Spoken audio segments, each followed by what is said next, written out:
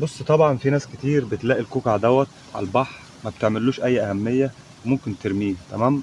عايز اقول لك ان الكوكع دوت كنز. تمام.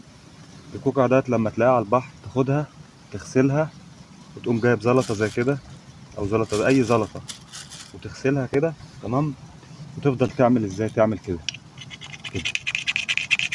بص بص، انا بس عايز اوريكم بالكاميرا كده. بص هي اللي بيطلع منها ايه.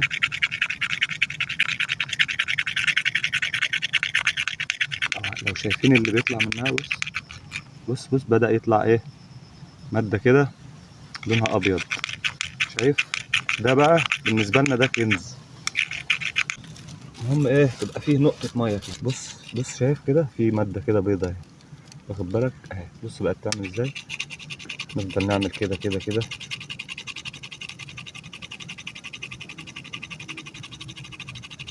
تمام.